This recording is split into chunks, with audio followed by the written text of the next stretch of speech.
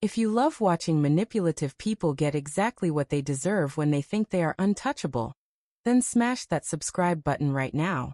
Hit that notification bell because at Revenge Janet, we deliver the most satisfying revenge stories that will leave you absolutely stunned. Trust me, this woman's downfall is going to be legendary. My name is Janet, and I am about to tell you how I destroyed the life of a woman who thought she could steal everything from me and get away with it. This is the story of the most calculated, devastating revenge I have ever executed against someone who betrayed me in ways I never thought possible. 5 years ago, I was working as a marketing manager at a prestigious consulting firm. I had been with the company for 3 years and had consistently exceeded all my targets. My immediate supervisor was a woman named Victoria Sterling, smart, successful, and someone I genuinely looked up to as a mentor.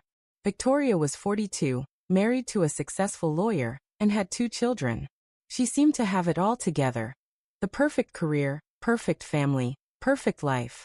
She took me under her wing when I first joined the company, and I was grateful for her guidance and support. My husband Michael worked as an accountant at a different firm, and we had what I thought was a solid marriage. We had been together for 6 years, married for 3, and were planning to start a family soon. Life was good, and everything seemed to be falling into place. The trouble started when our company announced that they were promoting someone to regional director, a position that would come with a significant salary increase, equity in the company, and management of a team of 15 people. This was exactly the kind of opportunity one had been working toward my entire career. Victoria encouraged me to apply, saying I was the perfect candidate and that she would recommend me for the position. She helped me prepare my presentation, reviewed my application materials, and seemed genuinely excited about the possibility of working with me as a peer rather than as my supervisor. I threw myself into the application process. I worked late nights preparing detailed proposals, created comprehensive strategic plans, and put together presentations that showcased exactly what I could bring to the role. I had never wanted anything more in my professional life. During this time, Victoria and Michael started spending more time together.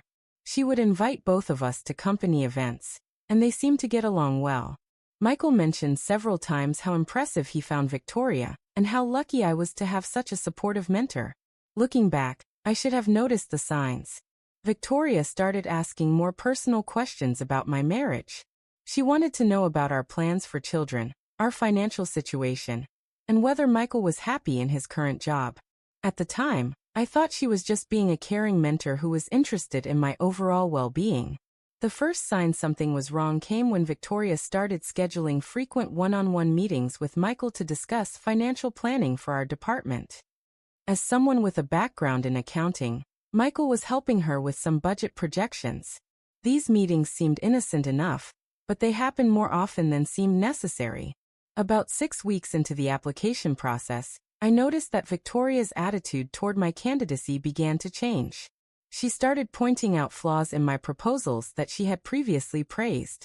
She suggested that perhaps I should wait for the next promotional opportunity, claiming that this particular role might be too demanding for someone at my stage in their career. I was confused by this sudden shift, but assumed she was just being honest about the competition I would be facing. I worked even harder to address her concerns and prove that I was ready for this responsibility. 2 weeks before the final interviews, Victoria dropped a bombshell. She told me that she had decided to apply for the position herself. She claimed that upper management had specifically asked her to consider it, and that she felt obligated to throw her hat in the ring. I was devastated. Not only was I competing against my own mentor, but she had been helping me prepare while simultaneously planning to compete against me. It felt like a complete betrayal of trust. The interviews were scheduled for the following Monday. On the Friday before, I came into the office early to do some final preparation. As I walked past Victoria's office, I heard voices coming from inside. One voice was Victoria's, but the other was unmistakably Michael's. I froze outside her door, listening to their conversation. What I heard made my blood run cold. "Are you sure she does not suspect anything?" Victoria was asking. "She has no idea," Michael replied. "Janet thinks you are just being a supportive mentor. She has no clue that you have been undermining her application, or that we have been planning this together." My mind struggled to process what I was hearing. My husband and my mentor were working together against me? Good, Victoria continued. After I get this promotion, we can start making our exit plans. Once I have established myself in the new role and secured the financial benefits, we can both leave our current situations and start fresh together. Michael laughed. I still cannot believe how easy this has been. Janet trusts both of us so completely that she never saw it coming. She actually helped me prepare for the budget meetings where we planned her downfall. The conversation continued for several more minutes, revealing the depth of their betrayal. They had been having an affair for months, and Victoria had been systematically sabotaging my chances at the promotion while pretending to help me. Even worse, they were planning to leave their respective spouses and start a new life together, funded by the promotion that should have been mine. I quietly backed away from the door and left the building. I needed time to process what I had learned and decide what to do next. That weekend was the longest of my life. I said nothing to Michael about what I had discovered, but I watched him carefully. He acted completely normal, asking about my interview preparation and expressing confidence that I would get the promotion. The level of deception was staggering. On Monday morning, I had my interview. Despite everything I had learned, I gave it my best effort. I presented my strategic plans, answered all their questions thoroughly, and left feeling like I had done well under the circumstances. Victoria interviewed after me. As I passed her in the hallway, she smiled and said, "Good luck, Janet. May the best candidate win." The irony was not lost on me. 3 days later, the results were announced. Victoria got the promotion. She called a team meeting to share the news and thank everyone for their support.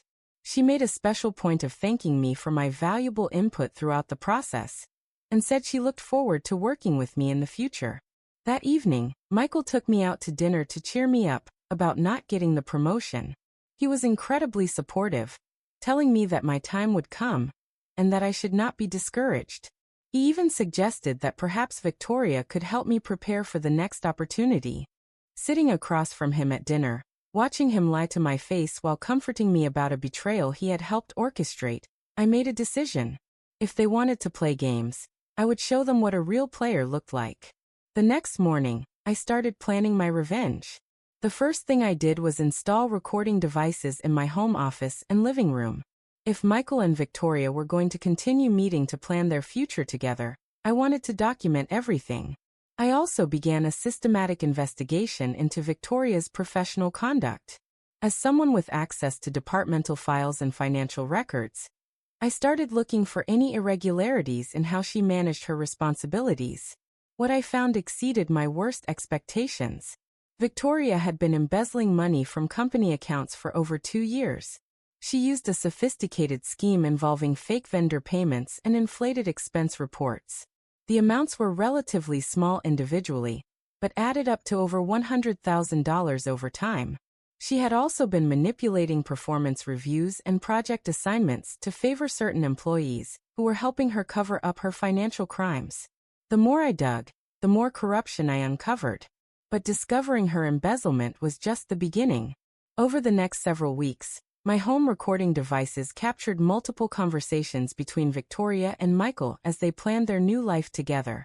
They discussed which properties they wanted to buy, how they would divide their assets from their respective divorces, and how Victoria would use her new position to further her embezzlement schemes. They also talked in detail about how they had manipulated me. Victoria revealed that she had been sabotaging my work for months, not just during the promotion process. She had been redirecting my emails, changing my project timelines, and even altering my performance review documents to make me look less competent.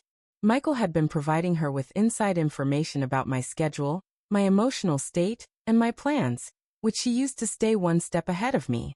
They laughed about how naive I was, and how easy it had been to manipulate me. Listening to these recordings was painful, but they fueled my determination to expose them both. After 6 weeks of gathering evidence, I was ready to execute my plan. I had documented Victoria's embezzlement with bank records, email trails, and financial discrepancies. I had recordings of her admitting to theft and discussing future crimes. I had evidence of her affair with Michael and their conspiracy to destroy my career. But I wanted my revenge to be as devastating and comprehensive as their betrayal had been. I started by contacting Victoria's husband, James. I called him from a blocked number and told him I had information about his wife that he needed to see. I arranged to meet him at a coffee shop near his office and showed him selected recordings and photos of Victoria and Michael together. James was devastated but grateful that someone had told him the truth. He hired a private investigator to gather additional evidence for their divorce proceedings and agreed to help me expose Victoria's professional misconduct when the time was right. Next, I contacted the FBI's white-collar crime division. Victoria's embezzlement constituted federal fraud, and I had enough evidence to trigger a full investigation. I provided them with all the financial documentation I had gathered, along with recordings of Victoria discussing her crimes. I also reached out to our company's board of directors. I prepared a comprehensive report detailing Victoria's theft, her abuse of power, and her manipulation of company personnel records. I included evidence of how she had stolen my promotion through deception, and suggested they review all her personnel decisions over the past 2 years. Finally, I planned to expose their affair publicly in a way that would maximize their humiliation and ensure that everyone in their professional and personal circles knew exactly what kind of people they were. The opportunity came when Victoria organized a company-wide celebration for her promotion. She had booked a private room at an upscale restaurant and invited all department employees, their spouses, and several clients. It was meant to be her moment of triumph. The Friday before the party, I implemented the final phase of my plan. Victoria's husband James filed for divorce and had her served with papers at work. The FBI raided our office building and seized Victoria's computer and files. The board of directors called an emergency meeting and suspended Victoria, pending an investigation into the financial irregularities I had reported. Victoria was in full panic mode, but she still decided to proceed with her celebration party, probably hoping to maintain some semblance of normalcy while her world was falling apart. At the party, I waited until Victoria was giving a speech about her excitement for the future and her gratitude for everyone's support. Then I stood up and asked if I could say a few words. Victoria looked nervous, but could not refuse without seeming rude in front of so many people. I walked to the front of the room and began speaking. I want to thank Victoria for organizing this wonderful event. It gives me the perfect opportunity to share some exciting news with all of you. I pulled out my phone and connected it to the restaurant's sound system. Victoria, I know you have been under a lot of stress lately with the FBI investigation, your divorce proceedings, and the board's inquiry into your embezzlement. So I thought it would be nice to play some recordings that show everyone the real you, the woman behind the professional facade. The room went silent as I played selected audio clips of Victoria discussing her affair with Michael, her plans to steal money from the company, and her systematic sabotage of my career. The recordings were crystal clear and undeniably her voice. Guests were staring at Victoria in shock. Several clients immediately got up and left.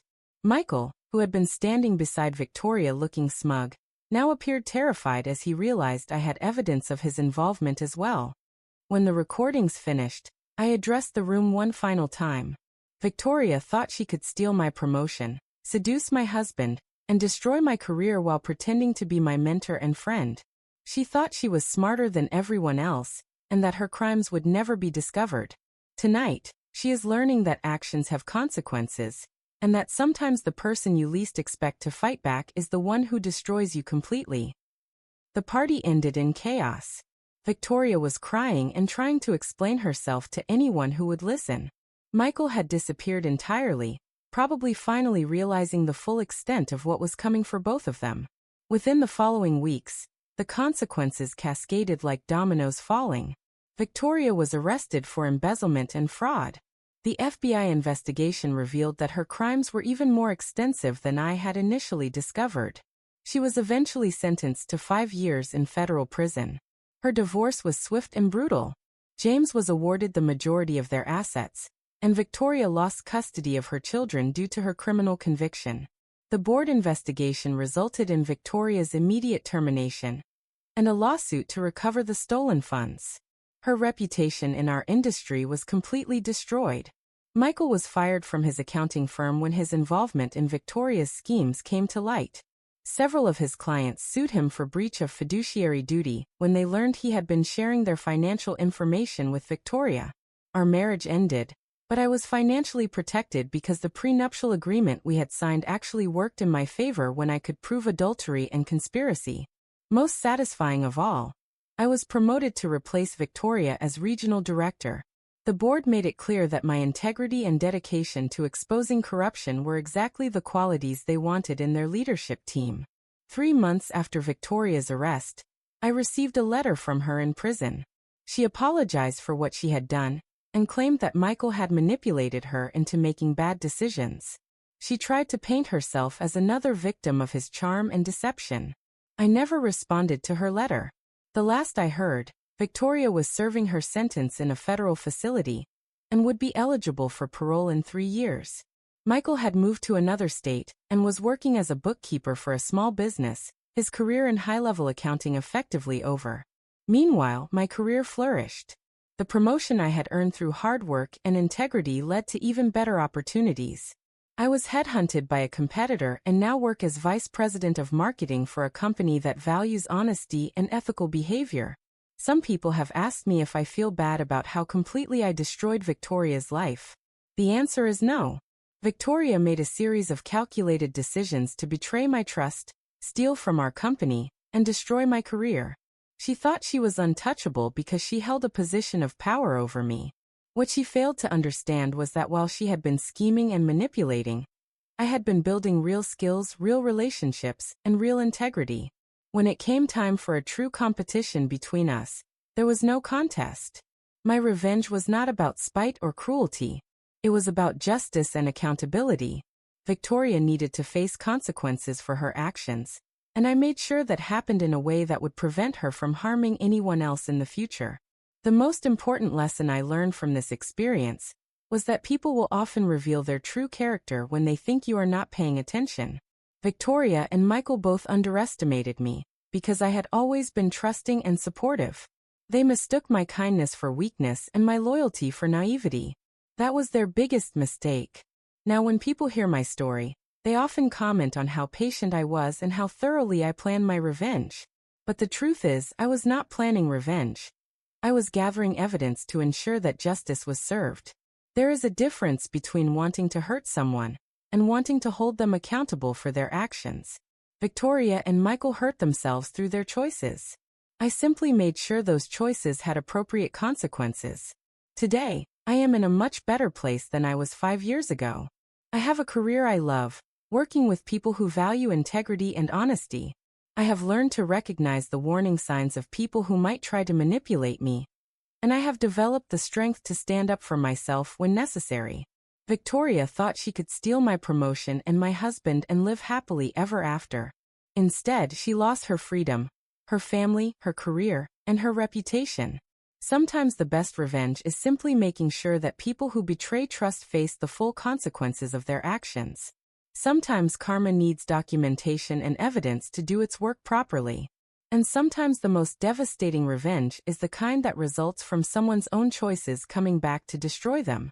That is the real power of integrity over manipulation, and truth over deception. In the end, Victoria and Michael were architects of their own destruction. I just made sure the building came down at exactly the right time.